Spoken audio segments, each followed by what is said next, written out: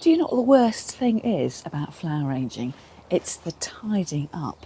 That's why this week I did my flower arranging projects out on the patio table. So if you would like to see how to arrange some bulky flowers on a budget using a chicken wire egg, this is the video for you. And if you love all things flower arranging, thrifting, with a little bit of craft on the side, why don't you consider subscribing to my channel? All you need to do is hit the big red button marked subscribe, and that means next time you open the YouTube app on your phone, your laptop or your computer, one of my videos will be waiting for you. Hello there, I'm Julie from Julie Davis Flower Workshops and Flower Start, the online flower arranging classes. Now this week I was asked to help out on 2 flower arranging projects, and the budget ranged from 0 to quite small. So come along with me and I'll show you how I made a beautiful arrangement in a jug and a hand-tied bouquet to give as a gift. But first of all, I've got a little bit of tidying up to do. So the advantage of working outdoors is that you can make as much mess as you want, but eventually you do need to tidy up. So let's get the video started and I'll see whether I can make a trip to the compost heap and then clear off my patio table and sweep the patio floor. Now, of course, working outside means you can be as messy as you want to be, but it does mean that as the winter nights are drawing in, you're quite often working in the dark and the rain. And that's the reason why I've speeded up this video, because the lighting isn't very good. But you can see here I'm making my arrangement in an enamel jug. It's nice and sturdy with a wide base and a narrow neck, so my materials are going to be firmly held in place.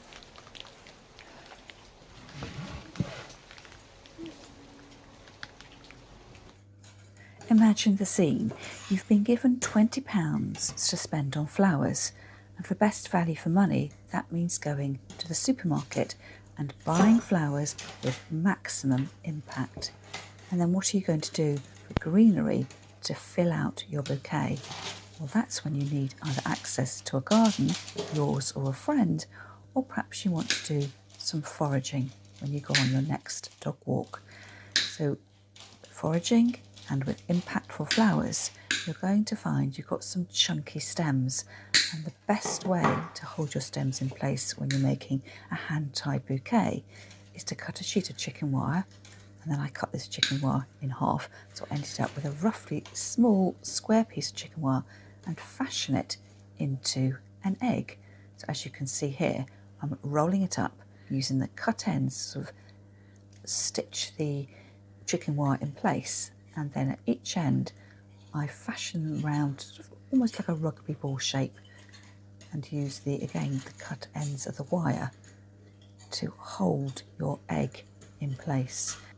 And why would you want to make a bouquet using a chicken wire egg as your mechanics? Well, the reason for that is I've got some strong, sturdy stems, and I want my bouquet to be more free form in style, and that's just quite hard to do if you're making your bouquet solely in your hand. As you can see here, I've been out foraging for materials. I'm using the term foraging quite widely. I mean, basically, I didn't buy my foliage from a florist. I've harvested some from my garden, some from friends' garden, and I've picked a limited amount of material when I was out on a dog walk. Now, flower arranging can be a really messy occupation, which is the reason why I've chosen to make my arrangement out on my patio table. It just means I don't have to clear everything away straight away and leave my kitchen in a pristine condition. And I usually arrange my flowers in the kitchen if I'm doing small scale projects, because it's warm, light and bright, and I've got access to water. You can see here that I'm starting to get the basic shape of my bouquet. I have got some arching stems of holly. I chose the holly that was quite immature, so it actually hasn't developed very many prickles on it. I've got rosemary arching out at the edges, some spotted laurel in the middle, giving me a really good heart to my bouquet. And as the bouquet gets bigger, it does get heavier, but it doesn't collapse. Now, if you ever made a hand-tied bouquet when you've been spiraling the stems in your hand, you'll know that it also gets a little bit heavy, and if you ever need to put the bouquet down, you've always got that worry factor that the bouquet is going to sort of fall apart on the table when you rest it. But here, everything is locked in place. When you make a tied bouquet, you want to make sure that you've got clean stems below the binding point. That's very technical language. Basically what it means is that the stems are going to end up in your vase need to have no greenery, side shoots or leaves on them. And you can see what I mean about the binding point. That's the point where I'm holding my bouquet. It's where I'm going to bind it with string at the end to hold all the stems in place. So here I'm showing you the basic outline of the bouquet, and I've carefully selected my materials. I didn't go cutting from my garden or foraging willy-nilly. I specifically wanted materials that were going to be quite large, quite impactful, to balance with the scale of the flowers that I chose, but I also wanted things with a nice arching quality that were quite bushy, so I wouldn't need too many stems to create a lovely flowing bouquet. So in the end, I spent £23 on flowers from my local supermarket. I bought a bunch of lilies, 5 stems of lilies, and they had really long stems. And you can see that they're the oriental lilies. I bought them in bud in order that the recipient can enjoy them as they move from the stage from being in tight bud to in full flower. So sometimes it is worth spending out on lilies because they do have a really great length in the vase, of a good vase life. And you can see here that I forgot to clean my stems of my flowers before I started making my bouquet. But with these particular lilies, it was reasonably easy to stand the lily stem on the patio table in front of me and then use my hand to flick off the leaves down the sides. So every so often you'll see me checking in the camera to see what my bouquet looks like. And if you ever decide to make your own hand-tied bouquet, it's quite often handy to stand in front of a mirror or perhaps look at your reflection in a window just to get an idea as to whether everything is looking neat and balanced. One thing you may notice as I make this bouquet is that I'm not turning it, and a classic technique for making a hand-tied bouquet is you add your materials and then you rotate, you turn the bouquet.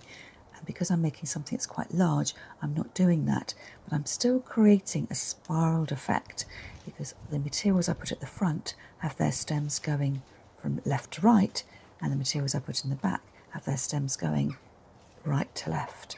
I think I've said that the right way around. And you can see here I'm adding in some ornamental cabbages. So this was the second bunch of flowers I bought. It had 3 purple ornamental cabbages, 3 stems of the red hypericum berries, and 2 smaller stems of lily. And I chose those again because they were seasonal. There was also a good size differentiation. You could quite clearly see which was the large cabbage, the small cabbage, and the medium-sized cabbage, and I made use of that using my principles and elements of design by putting my larger cabbage low down into the arrangement and then getting smaller and smaller as the cabbages moved to the outer edge of my bouquet. There's always a little bit of adjusting to do. Does something need to be lengthened, pulled out of your bouquet a little bit? Does it need to come down into the heart of the bouquet a little bit more? The tricky thing about buying your flowers in the supermarket, obviously they're quite comparatively inexpensive compared to a florist, but it's a bit like going to the pick and mix at the sweet shop. You don't quite know what's going to be there, and if you had pre-ordered flowers from your florist, you would have got the exact flowers that you wanted. So I wanted to go for sort of a woodland look, hence my choice of foliage, and then for large impactful flowers which would really become quite dramatic as they opened, hence my choice of lilies and my cabbages. So those are sort of got pinky purpley tones. So having selected those main items, the focal items, I then went on to my transitional or my sort of in-betweeny sized flowers, and I chose some purple stocks, number 1 for the scent but also for those purple tones, just to kind of get some colour uniformity throughout the bouquet. This is going to be quite a heady bouquet with the scent of the lilies and the stalks, and I also chose freesia. Now the reason I have gone for full on scent is I actually know that this bouquet is going to be gifted to a lady who has quite a large hall in her house. I just thought I might as well go big with my scents, the size of the flowers, and also the overall size of the bouquet. Now you'll notice when I put in my freesias, they're white freesias. So why did I add white to quite a dramatic colour palette? Well, the reason for that is that the lilies, which came with the ornamental cabbages, are going to come out as a much paler colour. I wasn't sure whether they were white or a very sort of milky, creamy yellow, and I just wanted to pick up on that coloration as well as getting their fabulous scent.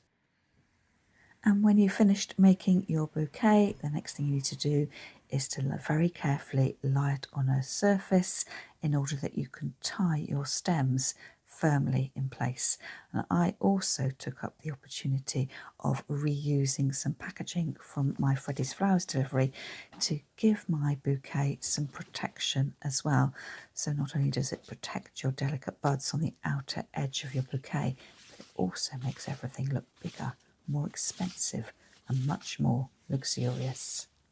Well, job done. So it's just started to rain here, so a perfect time to put away my tools and my cloth and have a nice cup of tea. Now, if you have any questions or queries about the hand-tied bouquet I made, why not leave me a comment and I'll come back and answer your questions. And if you love all things flower arranging, crafting and visiting the charity shop, you ought to join my free Facebook group, Flowers Start World. I leave a link to that in the show notes underneath this video. And talking about joining things, why don't you consider becoming a member of my YouTube channel?